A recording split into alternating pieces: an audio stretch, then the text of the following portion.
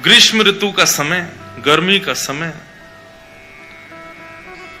मन में भाव आया, कृष्णदास जी पौड़े हुए थे लेटे लेटे, गले में थोड़ी गर्मी लगी तो जलपान किया। उसके बाद विचार किया कोई ऐसा फल खाया जाए जिससे थोड़ी गर्मी शांत हो।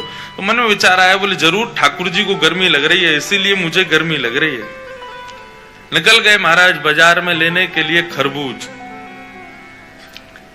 जैसे ही पहुंचे तो महीने का पहला फल आया था। लेने के लिए जैसे ही पहुंचे, दुकानदार से जाके बोला भैया कितने का लगाया, भाव मोल करो।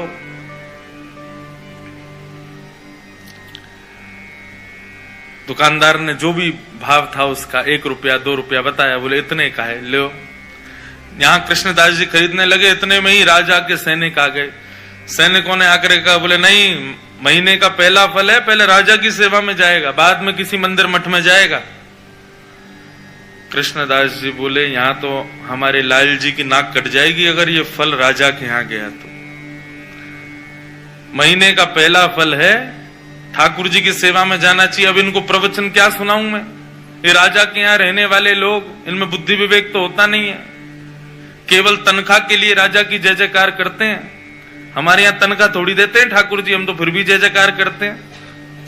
ये राजा के लोग, इसको क्या समझाऊं मैं?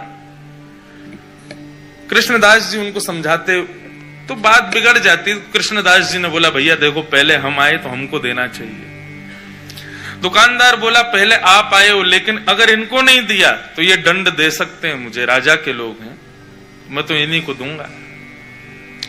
कृष्णदास जी बोले अगर हम तुमको दुगना रुपया दें तो, 1-2 रुपए की चीज की अगर हम 5 रुपए दें तो भी नहीं दोगे?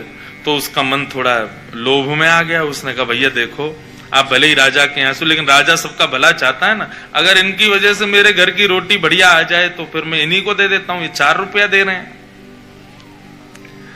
राजा के सैनिकों ने कहा हम पे कोई कमी है क्या, हम 10 रुपया देंगे, लाओ अब हमको दो। 10 रुपया बोला तो कृष्णदास जी बोले हम 15 रुपया देंगे। अच्छा एक और बात बताऊं, जेब में लाए 2 ही रुपया थे। कृष्णदास जी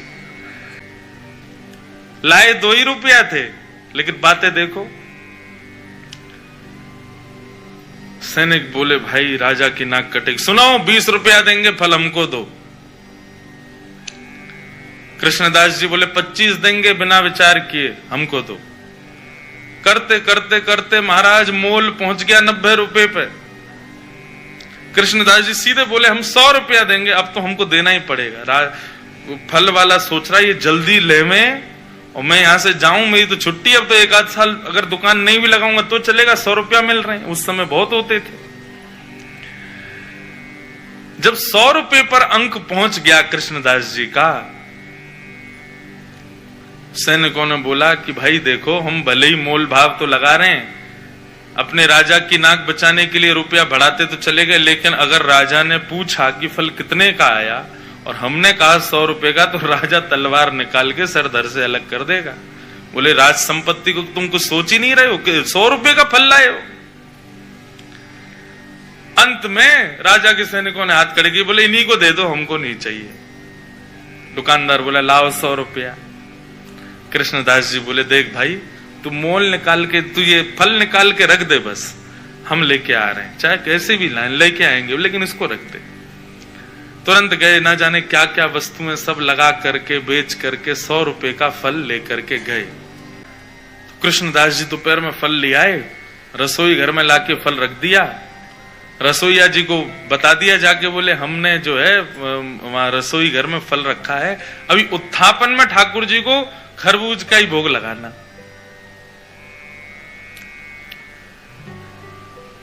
कृष्णदास जी बड़े प्रसन्न थे कि भैया महीने का पहला फल ठाकुर जी की सेवा में आएगा, ठाकुर जी पाएंगे, आनंदित हो जाएंगे। रसोईया स्नान ध्यान करके जैसे ही रसोई घर में गए, पूरी रसोई खोज ली, लेकिन महाराज फल नहीं मिला, कोई ले गया उसको वहां से। बाहर आके कृष्णदास जी से कहा, बोले कि कृष्णदास जी अंदर तो फल है ही नहीं। बोले अरे मैंने वहीं रखा है। बोले मैंने देख लिया, कहीं भी नहीं है। सब जगह खोज लिया महाराज, फल तो कहीं चला गया, उसको उठा, उसको कोई और ले गया। कृष्णदास जी बड़े व्याकुल हो गए। बोले एक तो मैं अपने लाला की नाक बचावे के काजे राजा के सिपाहियन से लड़ झगड़ के लायो, 2 रुपया के फल को 100 रुपया को लेके आयो, कितनी वस्तु बेच के आ गयो। इस बात का दुख नहीं कि इतना महंगा लाया, इस बात का दुख नहीं कि इतना लड़के लाया, इस बात का दुख कि ठाकुर जी उसको पा ना पाए, कोई और ले गया। बड़े दुखित बैठे थे मंदिर के अंदर। उत्थापन का समय, अन्य फलों का भोग ठाकुर जी को लगा दिया, लेकिन कृष्णदास जी का मन बड़ा विचलित। पुजारी जी आए, बोले कोई बात नहीं, अब हमने अन्य फलों का भोग लगा दिया है, अब फिर कभी कृष्णदास जी, अब कृष्णदास जी किस किस को बताएं। रोते रहे, सब समझाते रहे कृष्णदास जी को। उत्थापन का भोग जब अनवसर हुआ और पुजारी जी ने बाहर आकर के जैसे ही कपाट खोलने की घोषणा की, सब दर्शनार्थी खड़े हो गए। कृष्णदास जी के भी नेत्र लाल पड़े थे। जैसे ही कपाट खुले तो क्या पाया, ठाकुर जी के उर्ध बाहु के ऊपर वही फल रखा जाता जो कृष्णदास जी लेकर के आए थे। रसोईया लाता उससे पहले ठाकुर जी रसोई घर में जाके ले आए उस फल को और अपनी भुजा में ला करके धारण कर लिया। जैसे ये दृश्य कृष्णदास जी ने देखा, मूर्छित हो गए।